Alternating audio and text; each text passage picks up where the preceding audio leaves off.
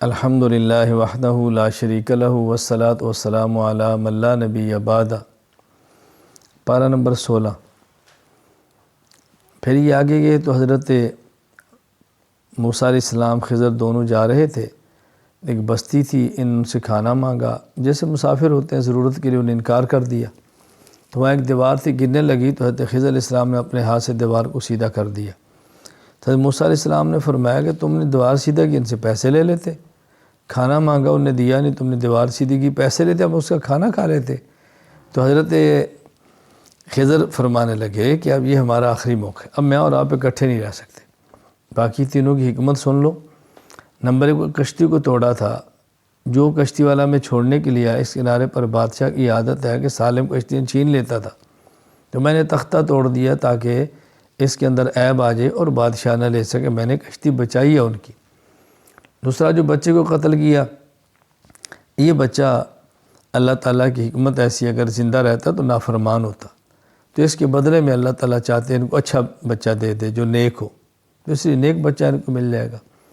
باقی یہ جو دیوار ہم نے سیدھی کی ہے، یہاں یتیم بچے ہیں، یہ دیوار کے نیچے ان کے والدین نے ایک سونا دفن کیا تھا، خزانہ، بڑے ہوں گے تو نکال لیں گے، تو اگر یہ دیوار گر جاتی، خزانہ نکلتا تو لوگ کھا جاتے، تو بچے کے بڑے ہونے کا انتظار کون کرتا؟ تو یہ حکمت تھی، یہ میں نے اپنی طرف سے نہیں کیا، سب اللہ تعالیٰ کی طرف سے تھا، تو وہ اللہ کی طرف سے ان چیزوں پر معمور تھے، اس لیے کوئی اشکال ہی نہیں ہے۔ جس طرح ملک الموت کے ذمہ ہے کہ آپ نے روح قبض کرنی ہے، تو کوئی ملک الموت پر اعتراض ہوتا ہے کسی نے بندہ مار دیا ہے، اور اللہ کی طرف سے متعین تھے، اس لیے تکوینی امور جس کے ذمہ اس نے وہ کرنے ہوتے ہیں، قابل اشکال بات نہیں ہے۔ پھر آگے ذوالقرنین کا قصہ بیان کیا، وہ مغرب تک پہنچا، مشرق تک پہنچا، پھر ایک ایسے علاقے میں پہنچا کہ جہاں پر یاجوج ماجوج قوم تھی، اور اس علاقے کے لوگوں نے شکایت کی کچھ ان کا کریں، تو انہوں نے دیکھا ان کے پاس لاؤ لشکر بہت بڑی تعداد ہے، تمہاری ان سے جان چھڑائیں گا، یہ فساد بچاتے ہیں، تباہی بچاتے ہیں، ہم آپ کے ساتھ تعاون کرتے ہیں۔ حضرت ذوالقرنین نے فرمایا کہ مجھے تعاون کی ضرورت نہیں ہے، اللہ نے بہت کچھ دیا ہے، بس تم میرے ساتھ کام کرو۔ کام کرنے کا مطلب پتھر لاتے، تختے لوہے کے بناتے، وہ لاتے اور اس کو سیسہ پلائی ہوئی دیوار، سیسے کے ذریعے اس کو ڈالتے جاتے، اور جیسے سیسہ پلائی دیوار ہی گویا بہت بڑی دیوار بنا دی اور ان کو وہاں پر بند کر دیا گیا۔ یہ اللہ تعالیٰ نے کی طاقت اور قدرت عطا فرمائی تھی جس سے ذوالقرنین نے یہ کام کیا۔ مطلب یہ تھا کہ مشرق اور مغرب کا یہ بندہ حکمران تھا، جہاں سے سورج نکلتا ہے جہاں سے سورج ڈوبتا ہے، اللہ نے اس کو حکومت عطا فرمائی تھی۔ ذوالقرنین کو ذوالقرنین کہنے کی ایک وجہ بھی یہ ہے کہ قرن کہتے ہیں ایک طرف کو، سینگ کو، تو گویا مشرق ایک طرف مغرب ایک طرف، یہ دونوں طرفوں کے حکمران تھے۔ سورہ کاف کے آخر میں اللہ تعالیٰ نے ایک بات سمجھائی ہے کہ اس بات کا بہت خیال کریں، اعمال کریں اور شرائط کا خیال کریں، کہ ایسا نہ ہو کہ نیک عمل کریں اور اس کے اندر کوئی قبولیت کی شرط نہ ہو تو عمل تباہ نہ ہو جائے۔ قبولیت اعمال کے لیے بنیادی طور پہ 3 شرطیں ہیں۔ نمبر 1، عقیدہ ٹھیک ہو، نمبر 3، نیت ٹھیک ہو، نمبر 3، عمل سنت کے مطابق ہو۔ آخر میں فرمایا کہ دیکھو میں بشر ہوں، تم بھی بشر ہو، میرے اوپر وحی آتی ہے، تمہارے اوپر وحی نہیں آتی، اور وحی کیا ہے کہ جو شخص یہ چاہتا ہے اللہ سے ملے، قیامت کے دن کا یقین رکھتا ہے، وہ شرک نہ کرے اور نیک عمل بھی کرے۔ اللہ تعالیٰ ہمیں شرک سے محفوظ رکھے اور نیک عمل کرنے کی اللہ تعالیٰ ہمیں توفیق عطا فرمائے۔ سورہ طٰہٰ، یہ سورت چونکہ شروع ہو رہی ہے طٰہٰ سے، اس لیے سورت کا نام ہی سورت طٰہٰ ہے۔ یہ طٰہٰ یہ مقطعات میں سے ہے، مقطعاتن کی جمع ہے، اور یہ قطعن سے جس کا معنی کاٹنا، طا الگ پڑھتے ہیں، ہا الگ پڑھتے ہیں، طٰہٰ، اس لیے حروف مقطعات کہتے ہیں۔ اس کا مطلب اور معنی اللہ کے علاوہ کوئی نہیں جانتا۔ اس صورت میں ایک تو موسیٰ علیہ السلام کا واقعہ بیان فرمایا ہے اور تفصیل سے بیان فرمایا ہے، کس طرح موسیٰ علیہ السلام کی اللہ تعالیٰ نے حفاظت فرمائی ہے، فرعون کے ظلم سے نجات کیسے دی ہے، اور لوگوں کے دل میں آپ کی محبت کیسے ڈالی ہے، موسیٰ علیہ السلام کی تربیت بچپن میں کیسی ہوئی ہے، دودھ اپنی ماں کا کیسے موسیٰ علیہ السلام نے پیا ہے، تو یہ ساری باتیں اللہ تعالیٰ نے بیان فرمائی ہیں۔ فرعون نے آرڈر جاری کیا تھا کہ اس نے خواب دیکھی، کہ اس خواب کی تعبیر لوگوں نے بتائی کہ ایک شخص بنی اسرائیل میں ہوگا جو تیری حکومت ختم کر دے گا۔ حل کیا تھا؟ 1 سال بچے جو پیدا ہو زندہ رکھیں، 1 سال پیدا ہو قتل کریں۔ موسیٰ علیہ السلام ایسے سال پیدا ہوئے جو قتل کا سال تھا، تو آپ کی والدہ نے ان کو لکڑی کے ڈبے میں ڈالا اور دریا میں ڈال دیا اور اپنی بیٹی سے کہا ذرا تو اس کا خیال رکھنا۔ وہ ڈبہ چلتا ہوا دریا کے کنارے پہنچا، یعنی کنارے پر جہاں اس کا فرعون کا غالباً محل تھا، تو ان کی نکرانیوں نے خدامہ نے دیکھا تو ڈبہ اٹھا کے لے گئے، گھر جا کے کھولا تو اس کے اندر بکس میں حضرت موسیٰ علیہ السلام، چھوٹا سا بچہ تھا، بس جو دیکھتا ان سے پیار کرتا۔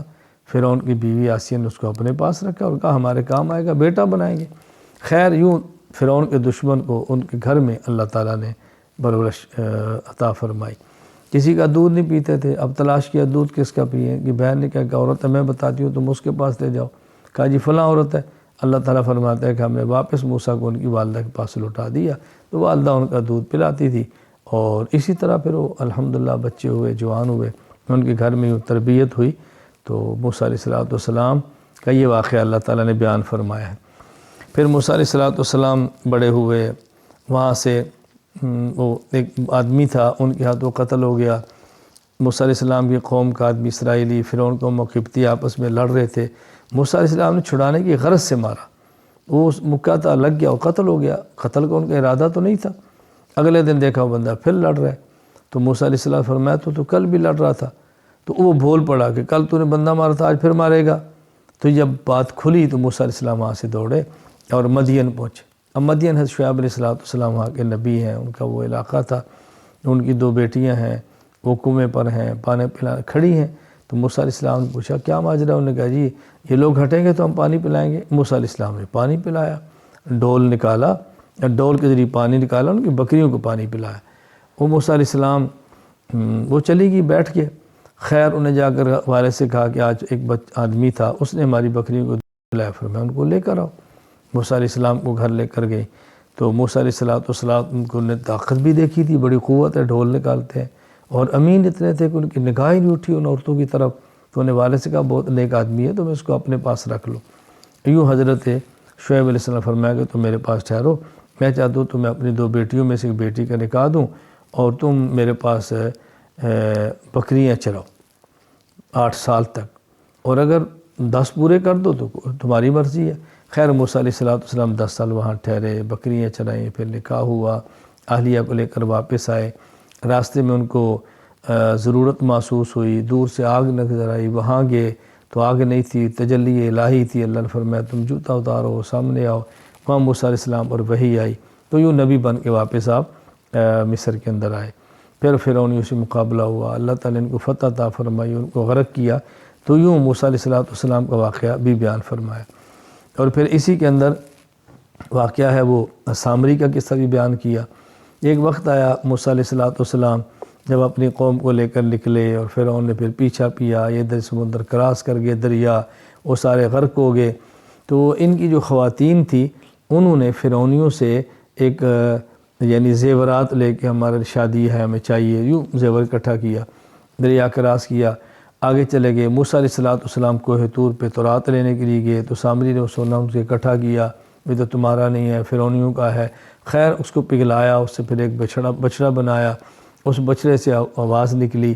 تو ایک موسیٰ علیہ السلام جب تشریف لائے تھے تو کہتے ہیں گھوڑا تھا جنت سے، جبرائیل جس پر سوار تھے، جہاں پاؤں رکھتا وہاں سبزہ اگتا، تو اس نے وہاں سے مٹی اٹھائی، وہ سمجھا اسے آواز نکلے گی۔ مختلف روایات ہیں، خیر بچڑا بنا آواز نکلتی تھی۔ تو انہوں نے کہا دیکھو موسیٰ علیہ السلام تو چلے گئے، خدا تمہارا یہ ہے۔ ان لوگوں نے اس کو پوجنا شروع کر دیا۔ موسیٰ علیہ السلام واپس آئے، غصے ہوئے، ایک طویل قصہ ہے۔ خیر موسیٰ علیہ السلام نے سامری سے فرمایا تمہاری سزا یہ ہے کہ تمہارے قریب کوئی نہیں آئے گا، جو ہاتھ لگائے گا اس کو بھی تمہاری طرح بخار یہ جو مرض ہے وہ لگ جائے گا۔ یوں سامری الگ تھلگ ہوا اور اسی حالت کے اندر پھر وہ مر گیا۔ تو یوں یہاں پہ حضرت موسیٰ علیہ السلام کا اللہ تعالیٰ نے واقعہ بیان فرمایا، اور کافی حد تک تفصیل کے ساتھ یہ واقعہ موسیٰ علیہ السلام کا بیان فرمایا گیا ہے۔ اور پھر اسی صورت کے اندر اللہ تعالیٰ نے مریم علیہ السلام کا واقعہ بیان فرمایا ہے، حضرت عیسیٰ علیہ السلام کی ولادت کا واقعہ بیان کرایا ہے کہ مریم علیہ السلام کے پاس جبرائیل امین انسانی شکل کے اندر آئے، تو انہوں نے فرمایا میں تو عورت ہوں، تم کیسے؟ انہوں نے بتایا میں تو جبرائیل ہوں، مجھے اللہ نے بھیجا تمہیں بیٹا دیا جائے۔ ان کے گریبان میں جیسی بھی انہیں پھونک ماری اس سے حمل ہوا۔ تو پھر وہ پریشان ہوگی، میں آپ لوگوں کو کیا جواب دوں گی؟ اللہ تعالیٰ نے فرمایا تم فلاں درخت کے نیچے بیٹھو، اور درخت کو ہلاؤ کھجور ہوگی، ٹھنڈا پانی ہے چشمے کا وہ پیو، یوں ان کے یہاں اللہ تعالیٰ نے بچہ ان کو عطا فرما دیا۔ حضرت مریم کو اللہ نے عیسیٰ علیہ السلام دیا۔ قوم کے پاس گئی تو قوم نے کہا یہ کیا، تو شادی شدہ نہیں، کیسے ہوا؟ اور یہ خاموش ہو گئی، فرمایا یہ بچہ بولے گا۔